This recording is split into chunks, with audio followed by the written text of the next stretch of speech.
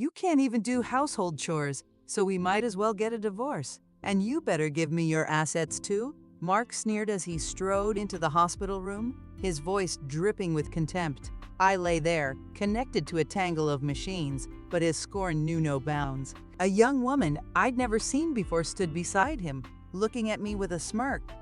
Mark had no idea that I possessed over $10 million in assets. If he knew, he'd understand that a divorce in this situation would be a matter of life and death for a housewife like me. Yet here he was, waving the divorce papers in front of me. I couldn't bear to stay with a man who verbally abused his wife, so I reached into my bag and pulled out my own set of divorce papers. I always carried them with me, just in case. I handed them over, my lips curling into a grin. Mark snatched them from me, his expression smug. "Now I can finally say goodbye to you. I'm going to be happy with her, so don't worry, right, Samantha?" Mark said, wrapping his arm around the girl's waist. Her name was Samantha Brooks. She giggled and glanced at me, her eyes filled with mockery. "Take care, Mrs. Lawson. Oh wait, you're not a Mrs. anymore. Take care, Mom," she added with a laugh. Their laughter echoed down the hallway as they left the room, but I knew their happiness would be short-lived. Alone in the room, I burst out laughing. Today is Friday. The divorce will be processed by Monday. I can't wait for 3 days from now.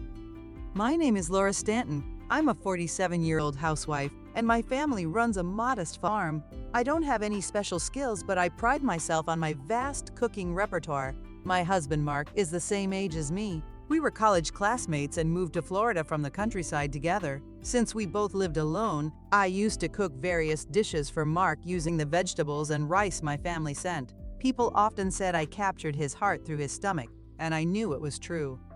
Mark has always been incapable of doing any household chores. From the start of our relationship, I took care of everything.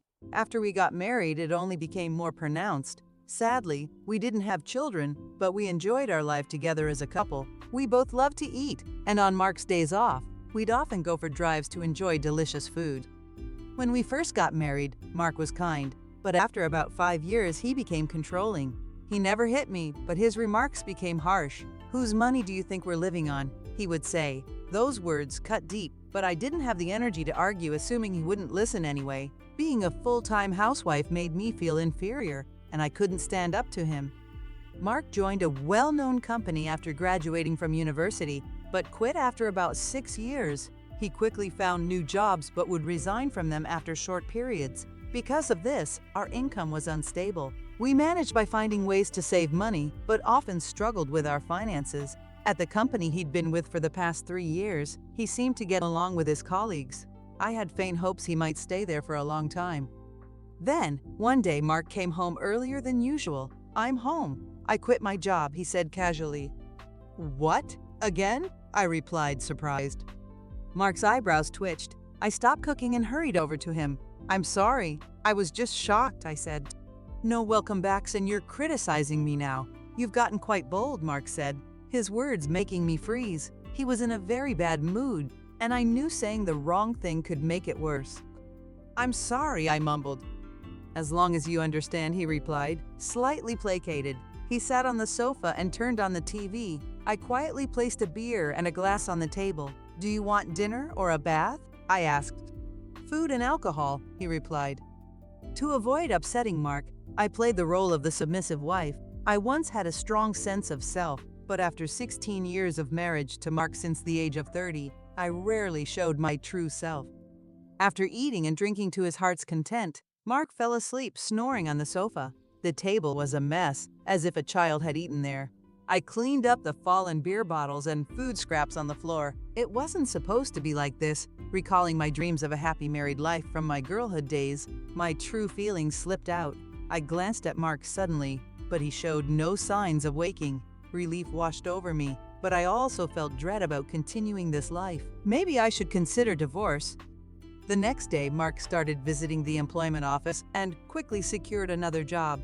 While he was job hunting, I went to the city office and signed divorce papers. I wasn't ready to submit them, but having them felt like a kind of protection. I hid the signed divorce papers at the bottom of my bag.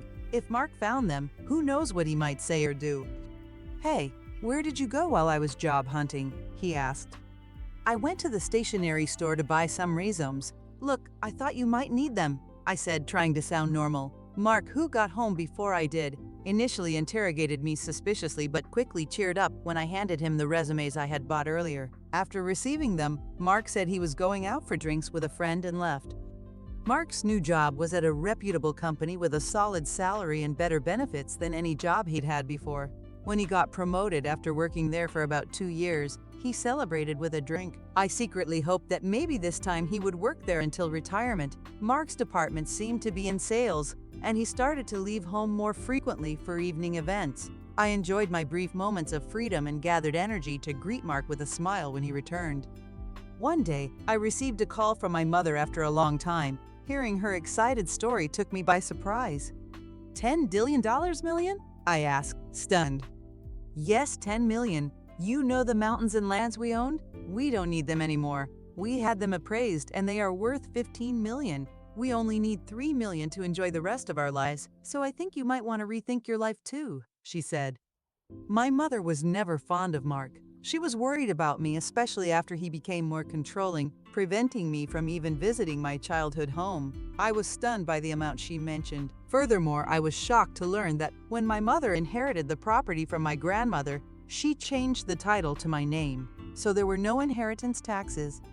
It's better not to tell Mark, but the final decision is yours, she said, hanging up the phone. I felt conflicted between the urge to immediately inform Mark and the desire to live freely with that money. About a week later, I was involved in a traffic accident. Thankfully, my life wasn't in danger, but I'd need to stay in the hospital for about a week. After storing my valuables in the hospital room drawer, I immediately contacted Mark. I'm sorry, I got injured, I said. What about my meals? Mark's reaction made me almost laugh, prioritizing his meals over my. I'll need to be hospitalized for a week. I'm really sorry, but could you buy your meals elsewhere until then? I asked. Not even preparing meals for your husband. What a lazy wife. Oh wait, I'm coming over now, Mark said and ended the call abruptly. I was planning to tell him about the inheritance tonight, but now I thought it might be best not to mention it. Looking at all the tubes attached to me, I had a feeling my intuition was right. Mark burst into the room saying, "You're useless, can't even do housework. Let's get a divorce, and you better pay me compensation too." His words made me realize he didn't know about the inheritance. Fine, here are the divorce papers, I said. I can't stay with a man who would hurl abuse at his wife in this condition. I handed him the divorce papers I had kept as a sort of charm. Mark took them with a smug smile on his face. With this, I can finally say goodbye to you. I'm gonna be happy with her, right, Samantha? Mark said, wrapping his arm around the girl's waist. The girl named Samantha leaned against Mark and scoffed at me. Take care, madam. Oh, you're not a madam anymore, so take care, old lady, she said with a sneer. As they left the room laughing, I knew their joy would be short-lived. Left alone, I burst out laughing. Today is Friday, so the divorce papers would only be processed on Monday. I could not wait for 3 days from now. Just as I had expected, the weekend went by without any contact from Mark, and it was quite peaceful. I was restless, not used to doing nothing. Since getting married, I was always busy. Every time I got restless, the nurses told me to stay calm. Then on Monday evening, I received a bunch of calls from Mark. I ignored them at first, but after 15 minutes of constant ringing, I decided to answer. Could you not be so persistent? I said. Hey, what's the meaning of this? Mark shouted as soon as I picked up. I couldn't help but laugh. Mark seemed infuriated by my laughter and started screaming incoherently. What are you talking about? I asked. Don't play dumb. The divorce papers aren't being accepted, are they? Mark was huffing and puffing on the other side of the phone. I continued to chuckle and responded to his complaint. Oh, I had previously filed a non-acceptance notification. Remember how you used to say, let's get divorced every time we had a fight? I thought it wouldn't be good if you filed for divorce on a whim during one of our arguments, but I don't need that now. Withdraw it immediately, Mark demanded. I can't do that until I'm discharged. We need to go through procedures at the municipal office, I said. Then discharge now, he insisted. Don't be unreasonable, I replied, laughing even more. His selfish demands were comical. He probably wanted to register his marriage with Samantha, whom he brought on Friday. By the way, was her name Samantha? She's your mistress, right? Hey, that's rude to Samantha. Apologize. She's my new wife, Mark yelled. We are not divorced yet, so she's technically your mistress, isn't she? I responded calmly. Mark made a weird groaning sound. I decided to hit him where it hurt the most. By the way, you'll hear from my lawyer about the division of property. That's right, property, including this trouble. You better share properly. Mark misunderstood and suddenly sounded in high spirits. What are you misunderstanding? You're the one who has to give me the assets, I said, genuinely confused. He likely believed that by not taking care of him while I was hospitalized, I would be at fault. Even in my parents' time, one wouldn't be deemed at fault for such a reason. I bitterly thought this as I listened to his rant. I explained to him patiently, what fault of mine are you talking about? Just so you know, not being able to do housework because I'm in the hospital doesn't make me at fault. You've abandoned taking care of me. If you were a child, it would be considered neglect. But you're an adult and should be able to take care of yourself. That's why it doesn't make me at fault. If I say you're at fault, then you're at fault, Mark insisted. Even a judge would be shocked by his baffling logic. I pictured myself face-palming. Did he really think such childish reasoning would work? Don't you know what's legally defined as grounds for fault? Being at fault means things like infidelity, like having another woman despite having a wife. That's why Samantha is my new wife, and you're no longer of any use to me, so it doesn't apply, right? He argued, clearly not understanding. What are you talking about? Since you were dating her behind my back, it's clearly cheating, I said. Mark still didn't seem to understand. He was set on believing he was right. Either way, please communicate through a lawyer from now on. Goodbye. Hey, Laura, he shouted, but I hung up the phone without listening to his protests. He called multiple times, but when I ignored him, he eventually gave up and went silent. I was relieved, but the next day, another headache-inducing event occurred. Feeling frustrated by the non-stop ringing from 9 in the morning, I pressed the call button. On the other end, Mark was complaining at me like a machine gun. At first, I wasn't sure what he was saying, but piecing it together, it seemed he was complaining about not being able to withdraw money from a bank account. If it's a joint account, you should be able to withdraw without any issue. But if not, I recalled the bank cards and passbooks I had left at home and asked, were you trying to take money from my account by any chance? Exactly. You're still in the hospital, and I was going to take the money into account, but the card won't work. Mark rumbled on with his unreasonable argument. It seemed he didn't understand what I said yesterday. When I was scheduled to be hospitalized for a week, I had called the bank and requested they prevent withdrawals until I was discharged. I could handle it personally after being discharged. It was to prevent Mark, who was reckless with money, from depleting my savings while I was in the hospital. My decision was proven right. It's unthinkable to try to withdraw money from the account of an ex-wife you've divorced, I said. However, Mark didn't see anything wrong with it and asked me to make a withdrawal immediately. What are you talking about? We are practically strangers now. Why would I do as you say? You and my life haven't changed even if we're getting divorced. Act like a proper wife and listen to me, Mark insisted. We are not legally divorced yet, but we are already strangers. Got it. Unfortunately, I don't have money to give to strangers, I said. Mark was shocked since I had never resisted him this much before, but he quickly became assertive again. Just do as I say. Send the money now. Pay the compensation for not doing housework, he demanded. Even though he was academically capable when we first met, he seemed to lack common sense. 18 years into our marriage, it was clear I had made a poor choice in a partner. Mark seemed frustrated that I wasn't giving in. He likely had exhausted his cash on hand and probably dipped into the living expenses I had left at home and from our shared account. I spoke to Mark as if I was talking to a small child. Listen, I'm no longer your submissive wife. We'll settle the property division through a lawyer later on. What? You're so insolent. I'm coming over right now. Just wait, Mark said, hanging up the phone.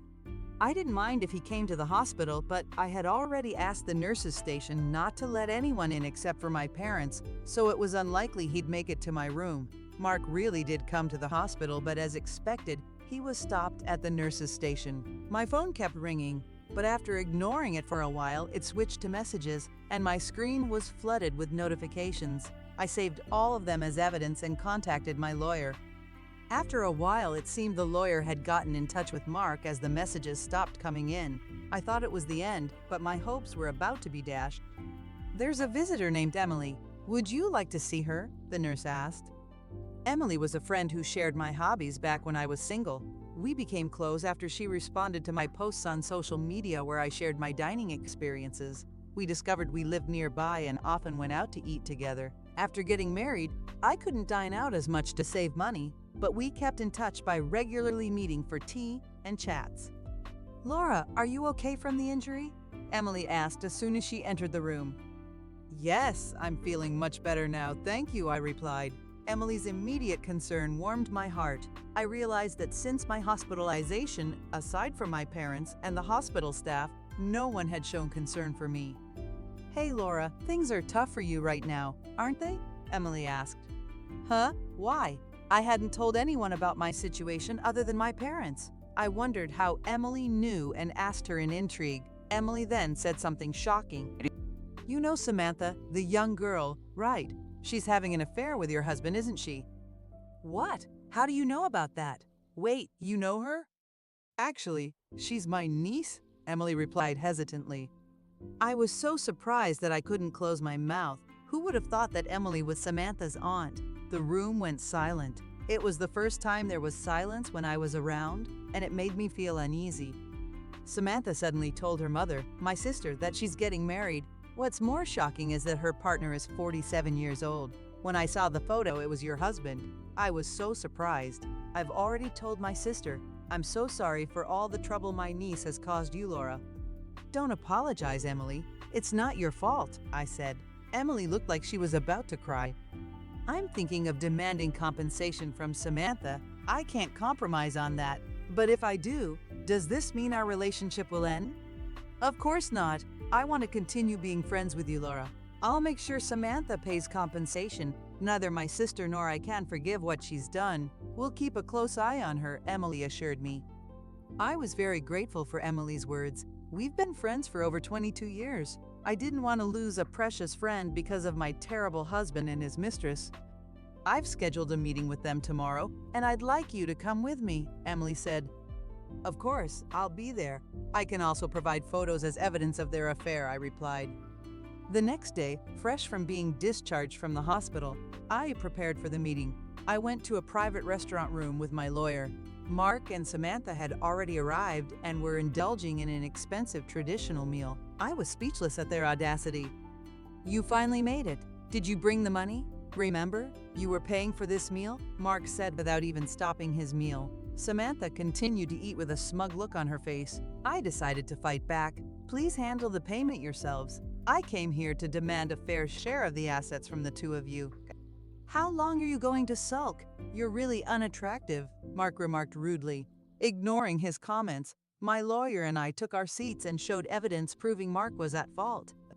We first presented legal documents about the reasons for liability, followed by documents on property division. Lastly, we showed the photos Emily had provided, which showed Samantha and Mark together, as well as Samantha with another man entering a hotel. Wait, why? Hey Samantha, what is this? Mark and Samantha were visibly shaken by the photos and finally stopped eating. Just then, Emily made her timely entrance. I took those photos, Emily said. Samantha seemed confused as to why her aunt was present. With cold eyes, Emily looked down at Samantha and Mark and calmly spoke about being friends with me for 22 years and how their actions were despicable. Samantha, you mentioned that the baby you're carrying is his, but given your actions, who knows who the father is? Wait, no, This was the first time I was hearing about her pregnancy. Judging by her appearance today, one would never guess she was pregnant. However, Mark's reaction showed he believed her claim. So, you're pregnant? In that case, after a DNA test, I'll demand an additional penalty. No, I'm sorry. I lied about the pregnancy. Please forgive me, Samantha suddenly admitted, bowing deeply. She had been searching for wealthy older men, and Mark was her target. He bought her designer goods and promised her a life where she wouldn't have to work and could do as she pleased. She believed she could be a housewife and occasionally have flings with men of her choice. She had once lied about being pregnant because Mark showed no signs of wanting to divorce. Mark froze with his mouth agape when he heard this. I'm truly sorry. but I can't give you anything. I don't have the money. I'll pay Laura in advance. Samantha, you're gonna work part-time diligently every month and repay me.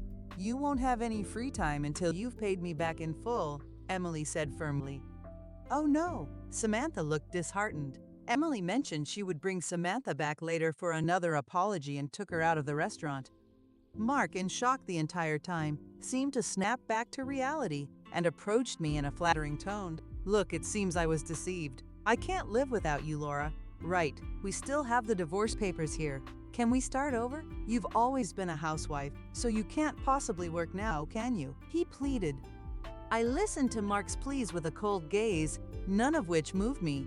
I waited for him to finish before answering with a smile. I can live just fine without you. I'll be taking the divorce papers and filing them shortly. Also, I never mentioned this, but my personal net worth is currently around $10 million, so I can live comfortably without working for the rest of my life, rest assured. 10 million? Why did you keep such a fortune a secret? Mark asked, shocked. I was about to tell you when you started making a fuss about divorce. This money is my personal inheritance, so it doesn't count towards marital assets. It has nothing to do with you, I replied. Mark looked at me with utter despair. My lawyer quickly produced some documents and a pen for Mark to sign. The lawyer and I then left and immediately filed for divorce, ending our almost 22-year marriage. Later, Samantha transferred some money to my account.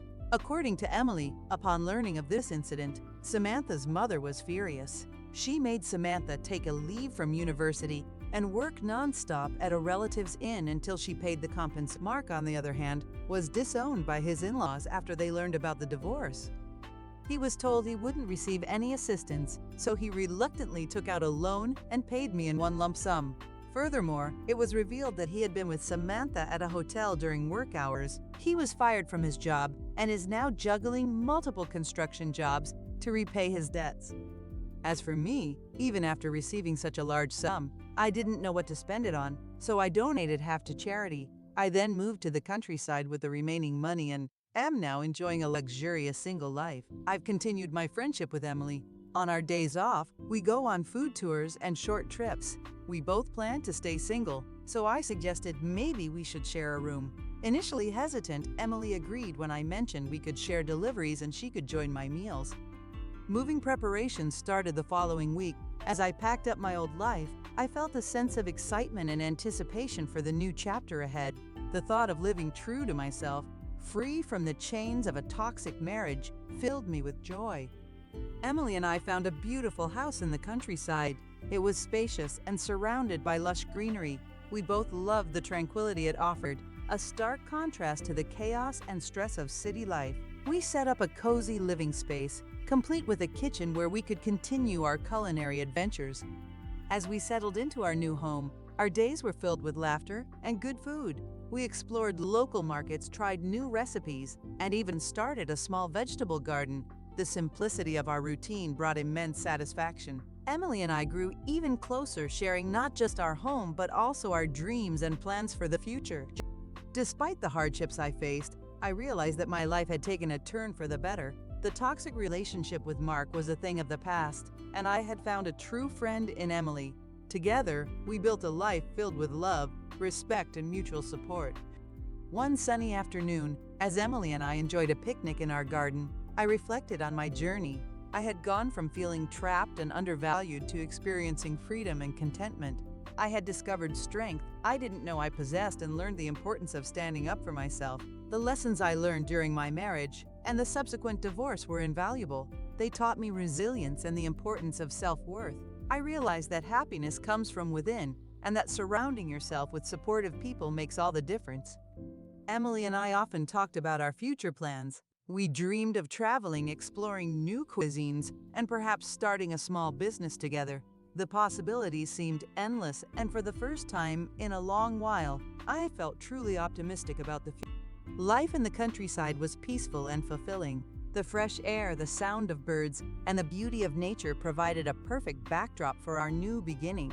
I had found a sense of purpose and joy in the simple things, and it was a feeling I cherished deeply. As the days turned into weeks and then months, Emily and I continued to thrive. Our bond grew stronger, and our friendship became the foundation of our happiness. We supported each other through thick and thin, always knowing that we had someone to rely on. Looking back, I realized that leaving Mark was the best decision I ever made.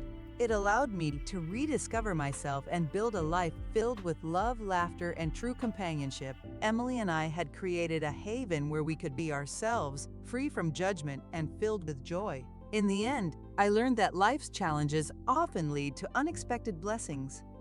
My journey taught me the importance of self-respect, the power of friendship, and the beauty of living authentically. I was excited for the future, knowing that with Emily by my side, anything was possible. I was determined to live my life joyfully and true to myself from now on.